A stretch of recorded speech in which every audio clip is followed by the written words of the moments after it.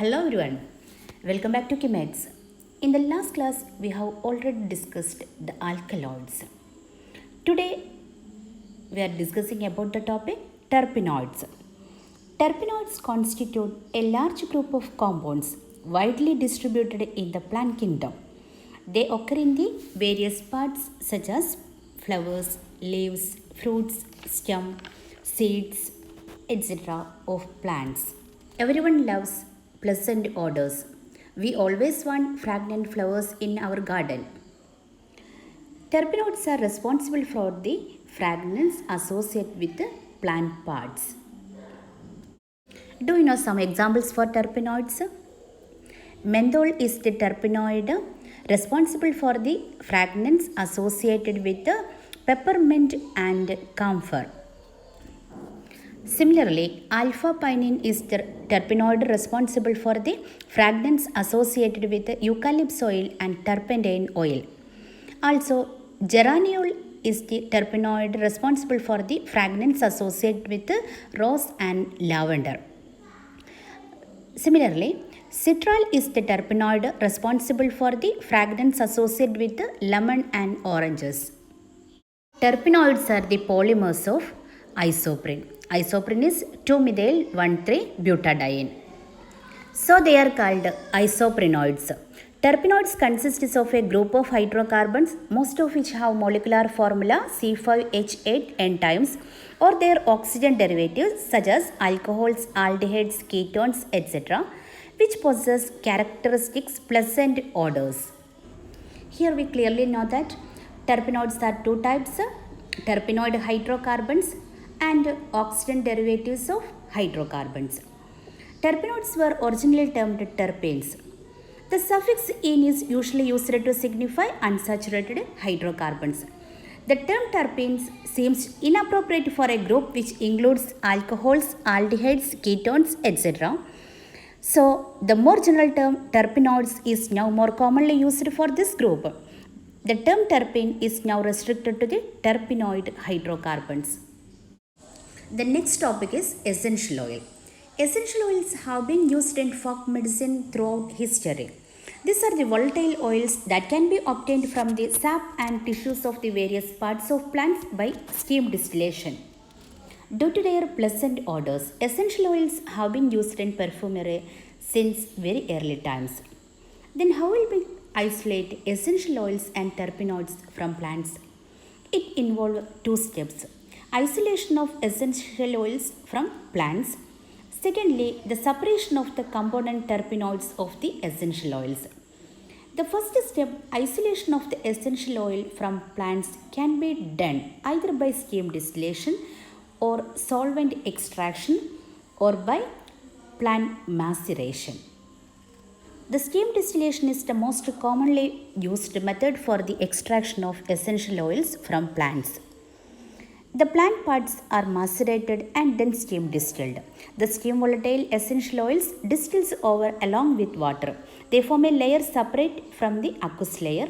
The oily layer is separated and collected. Depending upon the nature of the plant and the component terpenoids, we use steam distillation or solvent extraction or plant maceration. In the solvent extraction, the solvents like hexane and ethanol is used to isolate essential oils. It is used for the plant parts have low amounts of essential oil. Plant material are treated with the solvent. It produces a waxy aromatic compound called econgret. Then it mixed with alcohol, the oil particles are released. Then it passes through a condenser and then it separates out. This oil is used in perfumery industry. The next method for the isolation of essential oils and terpenoids is maceration. In this method, the plant material is converted into moderately coarse powder. Plant material is placed in a closed vessel. To this, solvent is added. The mixture is allowed to stand for 1 week, then the liquid is strained. The solid residue is pressed to recover any remaining liquid. Strained and expressed liquids are mixed. The advantage of maceration is that more plant's essence is captured. The next step for the isolation of essential oil is that the separation of the component terpenoids of the essential oil. This can be done either by fractional distillation or by chromatography. The components of the terpenoids of essential oil can be separated by fractional distillation. The terpenoid hydrocarbons distills first, followed by oxygenated derivatives. The fractional distillation is the breaking down of a mixture into its component parts.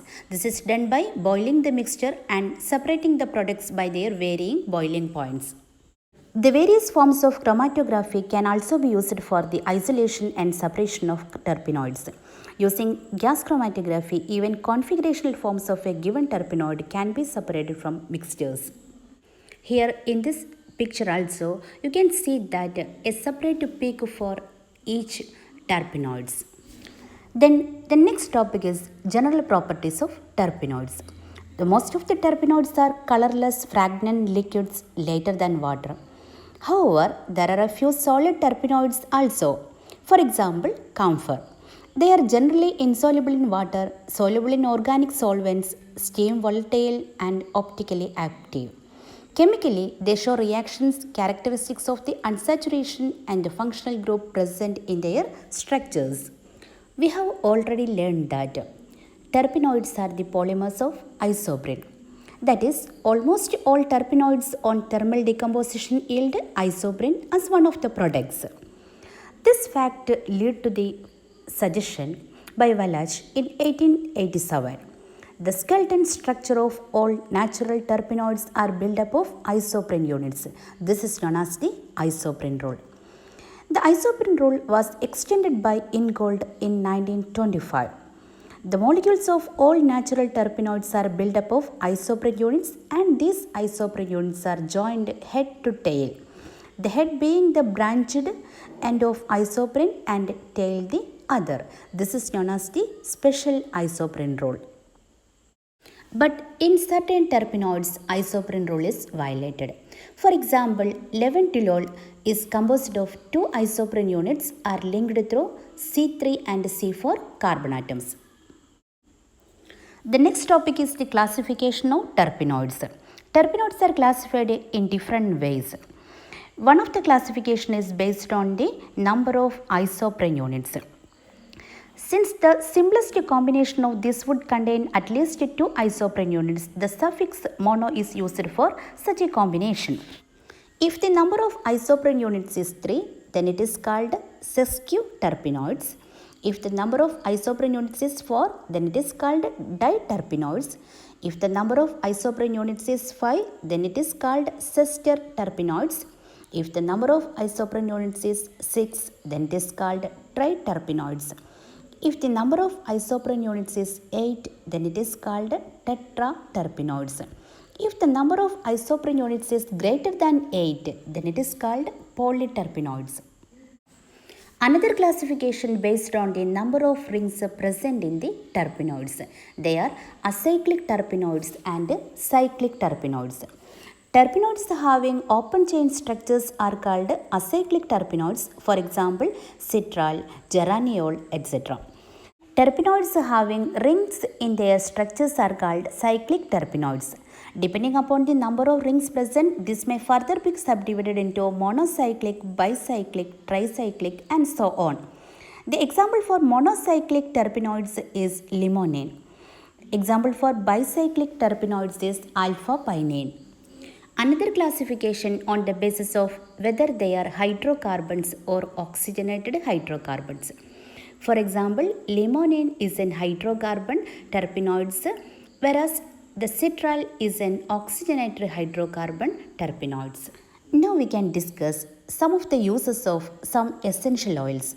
Here we discussed 3 types of essential oils: lemongrass oil, eucalyptus oil, and sandalwood oil. I think you are familiar with these 3 essential oils. Firstly, lemongrass oil. Lemongrass oil is extracted from the leaves of the lemongrass plant. Lemongrass oil contains several terpenoid components like geraniol acetate, myrcene, nerol, geraniol, neral, limonene, citral, etc. These are known to have antifungal, antiseptic, antibacterial, and insecticidal properties. Do you know what are the uses of lemongrass oil in our daily life? It has various uses in our daily life. Firstly, in various skincare and cosmetic products such as soaps, deodorants, shampoos, lotions, and tonics. Then, as an ingredient in air fresheners, then also as an insect repellent to repel insects such as mosquitoes and ants due to its high citral and geraniol content. It is also used as an aromatherapeutic oil on account of its calming aroma which helps relieve stress, anxiety, irritability and insomnia. It is also used as an analgesic and anti-inflammatory agent to reduce pain and inflammation due to muscular and rheumatic diseases and to treat bacterial and fungal infections such as ringworm and athlete's foot. The next essential oil is eucalyptus oil.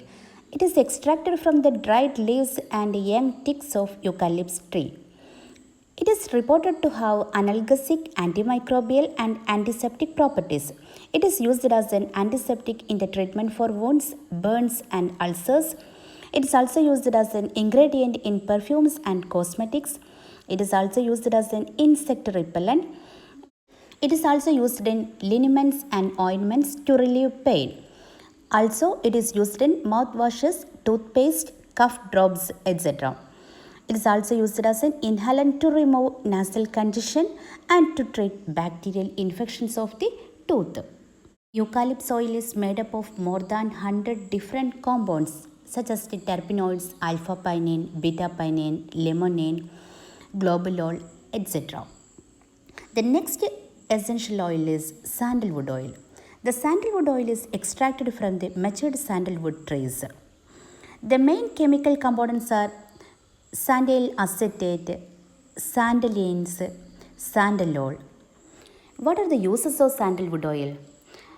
It is reported to have antiseptic, anti-inflammatory, antispasmodic, astringent, disinfectant, emollient, expectorant, and sedative properties. It is used as an ingredient in skincare products. It is also used as an inhalant in vapor therapy to provide relief to cough, chest infection, asthma, bronchitis, etc. As a massage oil to relieve irritability, nervous tension, stress, etc. It is also used as an internal and external antiseptic in the treatment for wounds and ulcers. It is also used as an ingredient in perfumes and cosmetics. It is also used as an ingredient in mouth fresheners and edibles. It is also used as an insect repellent. We have already told that the sandalwood oil is an antispasmodic in relaxing nerves, muscles, and blood vessels, and thereby ending spasms and contractions. And as an ingredient in incense sticks, sprays, fumigants, and evaporators to disinfect large areas. Now we have learned what are terpenoids and essential oils, and three important essential oils and their uses. In the next video, we can learn two important terpenoids and natural rubber. Thank you.